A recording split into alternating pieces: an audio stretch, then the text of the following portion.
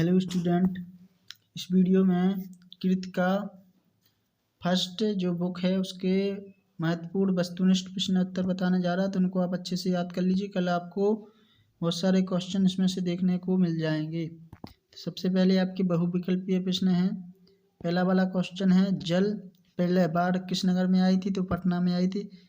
मृत्यु का तरल दूत कौन था? तेज प्रवाह से आता पानी। ठीक है। इसके बाद परदादी चोर को सही रास्ते पर कैसे लाए? सहजता से बात करके। लेखिका की नानी के पति क्या थे? बैरिस्टर थे। एकांकी में उमा पात्र की माँ का नाम क्या था? प्रेमा। ठीक है ना। इसके बाद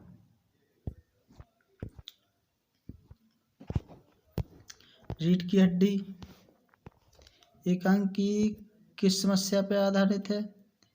विवाह पर। तो आपका एक क्वेश्चन ऐसा भी आ जाएगा कि रीढ़ की हड्डी हिंदी की कौन सी विधा है? नाटक है, एकांकी है, कहानी है, उपन्यास है। तो क्या है वो? एकांकी है। इस बात का भी ध्यान रखना। पान की दुकान की बिक्री अचानक क्यों बढ़ गई? बाढ़ देखने आने वालों के कारण। ठीक है ना। मृदुला गर्ग की रचना कौन सी है? मेरे संग की औरतें। इस जल प्रलय में पाठ की विधा है तो क्या है? रिपोर्टाज। ठीक है। इसके बाद रिक्त स्थान है, तो देखो इनके आंसर नीचे दिए गए हैं। पहला क्या है? इस जल प्रलय में पाठ के लेखक कौन है? फणीश्वर नाथ रेणु। नीचे दिया गया है पहला वाला। हमारा कुकुर नहीं जाएगा तो हम भी नहीं जाएंगे। ठीक है। दूसरा वाला भी इनको याद कर लीजिए। हम हाथी पर हल ना जुतवा कर हम पे बैल हैं। ठीक है ना। तो इसमें क्या है? हल आएगा।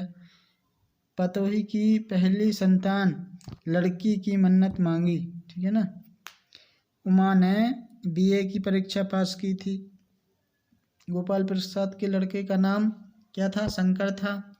राम स्वरूप विवाह के लिए बेटी उच्च शिक्षा छिपाते हैं। आठवां है, मेरे संग की औरतों की लेखिका कौन है? मृदुला गर्ग। मेरे नाना पक्के साहब माने जाते हैं। तो इनको आप अच्छे से याद कर लीजिए। इसके बाद सत्य लेखक रेणु जी बाढ़ देखने अकेले ही निकल पड़े। तो ये आपका सत्य है। कॉफी हाउस बंद हो गया, ये सत्य है। रिलीफ डॉक्टर ने नाव में कुत्ते को बैठाया, ये आपका सत्य है। लेखक की परदादी लीक पर ही चलती थी, ये भी आपका सत्य है। लेखक की माँ परंपरागत बहू के दायित्वों को निभा नहीं पाती थी, तो ये आपका सत्य है। गोपाल प्रसाद स्त्री शिक्षा के समर्थक थे, ये आपका सत्य है। राम स्वरूप की बेटी का नाम उमा था, तो ये आपका क्या है? सत्य है। इसके बाद आठवां, उमा के व्यक्तित्व में साहस की कमी है, तो ये आपका सत्य है। इसके बाद शंकर लड़कियों के छात्रावास में ताक झांक करता था, तो ये सत्य है। नानी के मन में देश की आज़ादी के प्रति जुनून था, ये भी सत्य है। राम स्वरूप दकियानूसी ख्यालातों के थे, तो ये आपका सत्य है। ठीक है। इसके बाद आपका आता है सही जोड़ियाँ। ठीक है।